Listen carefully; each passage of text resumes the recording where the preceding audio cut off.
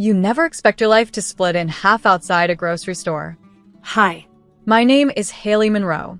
I'm 35, married, and for the past year, I've been quietly transferring $200 every month to a man my husband discarded like trash.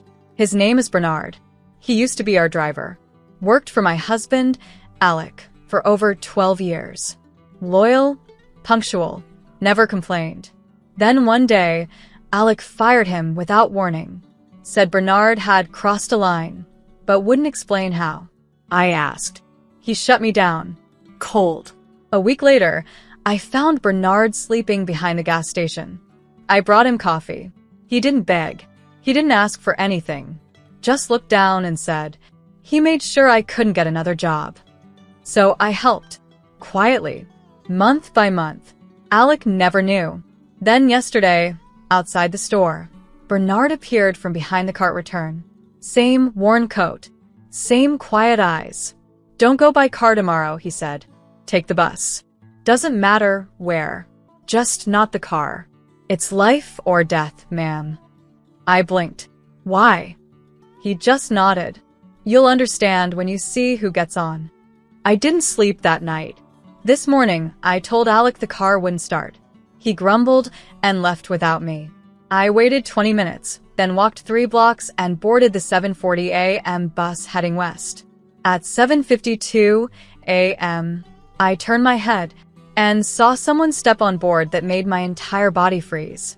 She stepped onto the bus like she didn't want to be noticed. But I noticed, because I'd seen her before, in a photo Alec once shoved into a drawer like it burned his hands. She was younger then, smiling, wearing a pale blue dress, and standing beside him. Today, she wore a gray hoodie and carried a child. A toddler. Alec's face was in that toddler. Same chin. Same wide-set eyes. Same dimple on the left side, the one he claimed only ran in his family. I couldn't breathe. I didn't know her name. I only remembered Alec's half-story from a year ago. She was just a mistake. I ended it. She left the state. She didn't look gone. She looked scared. She kept her head low, clutching the boy like she was afraid someone might rip him from her arms. The bus rolled forward. I stared ahead, frozen, brain on fire. Was Bernard warning me about her? No. It didn't feel like that. I pulled the cord at the next stop and stepped off. She did too. She kept her distance, never looking back. But then, a block later, it happened. A black car, our car, turned the corner fast and swerved toward the curb. She screamed, Clutched the child. Froze. I recognized the man driving. Not Alec.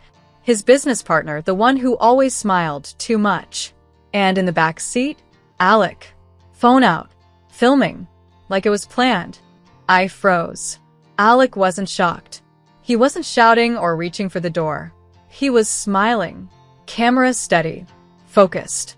Like a man documenting proof, not stopping danger. The black car screeched to a halt inches from the woman and child. She stumbled backward, shielding the boy with her body. No words. Just pure fear. The back window rolled down. Alec leaned out. You always said you wanted full custody. Consider this your moment. Then the car sped off, tires screaming like the truth it was trying to bury. I ran. Not toward the car. Toward her. She was crouched on the sidewalk, shaking. The boy clung to her neck, crying. She looked up at me with wide, terrified eyes, and for the first time, I saw it all. Not a threat. A mother. Come with me, I said quickly. Please. She hesitated. Who are you? I'm his wife, I whispered. And I think I just figured out who you are. Her face twisted, not with anger, but exhaustion. Then you know he won't stop. We took a side street. I called Bernard. Told him to meet me by the old hardware store. He arrived in 5 minutes. No questions.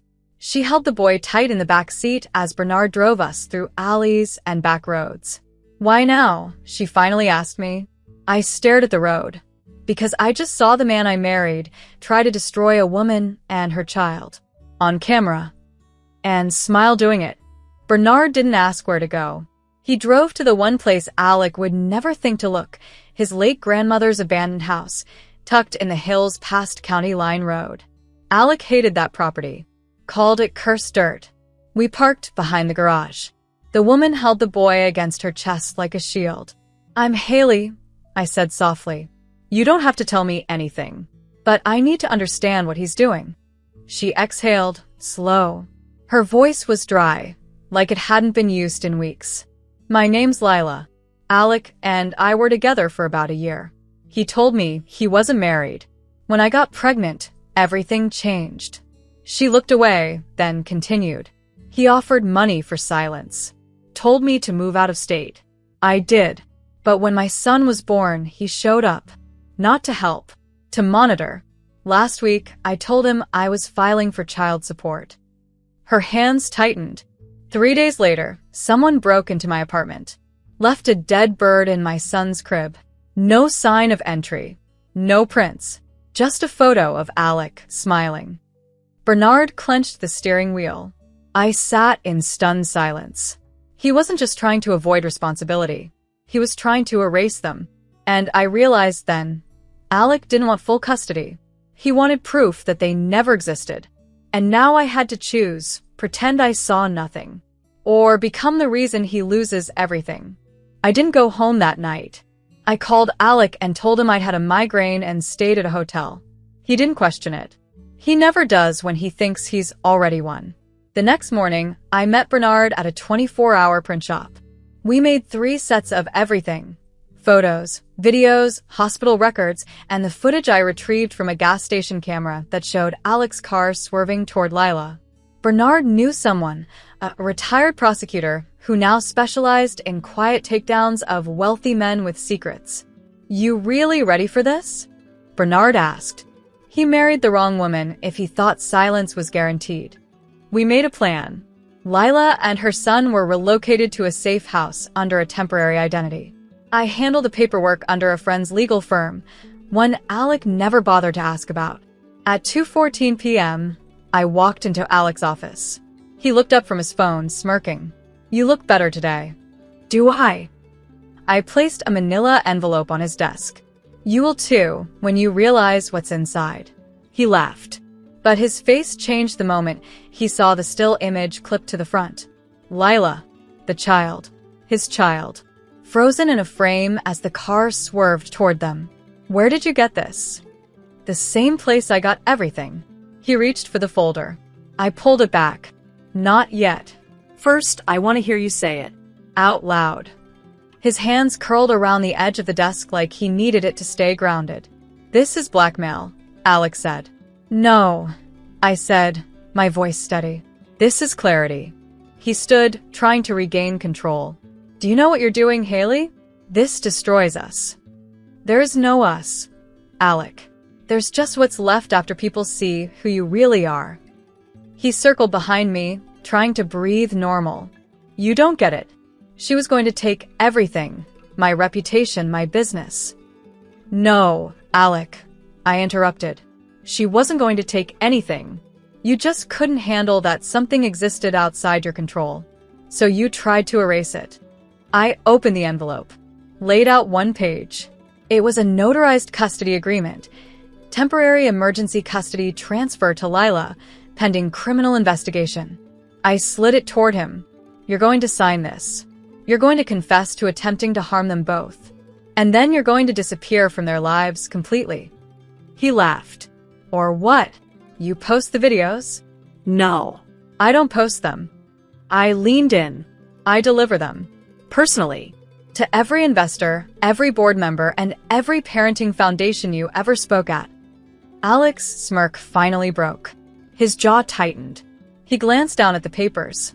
And just before he reached for the pen, he looked at me. "You always said you wanted a child. Was this your way of replacing one?" "No," I whispered. "It's my way of saving one." He signed. With a flick of the wrist and no apology, Alec surrendered all rights. His signature trembled slightly, not from remorse, but from the sudden realization that his power didn't scare me anymore. I slid the papers into my bag and stood. "You won't hear from me again, but the world will hear about you if you ever go near her." He scoffed. You're not brave, Haley. You're just angry. I paused at the door. No, Alec. I'm awake. When I stepped outside, the air hit different. Sharper. Cleaner. Like breathing for the first time after escaping a fire. I met Bernard 3 blocks away. He handed me a flash drive, backup files. I handed him something too, a cashier's check. That's too much, he said. It's exactly right, I replied. You didn't just save me. You saved a child. And his mother. That evening, I visited Lila one last time before she left town. Her son was asleep, curled against her chest. She smiled through the tears. Why did you help us? She whispered. Because someone once helped me leave a man like him.